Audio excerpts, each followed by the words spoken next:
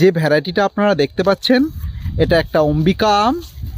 পাখি খেয়ে গেছে, এটা পাকতে পাকতে আরও 1.5 থেকে 2 মাস সময় লাগবে।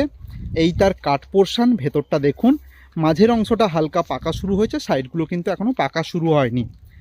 আম্রপালি এবং জনার্দন পছন্দের ক্রসে তৈরি এই জাতটা ভারতবর্ষের আমের ইতিহাসে সর্বশ্রেষ্ঠ হাইব্রিড বলে মনে করা হয়।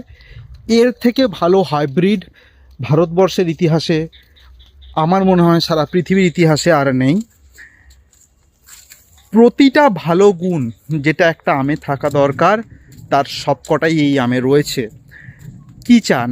ডিজিজ রেজিস্ট্যান্সি, অনেক ফলন, খেতে ভালো, দেখতে লাল, ছোট গাছ, কি চান সবই পাবেন এই অম্বিকাতে। অম্বিকা একটা বাড়িতে রাখতে হবে এটা বলার আর অবকাশ রাখে না, একটা নয় 10টা।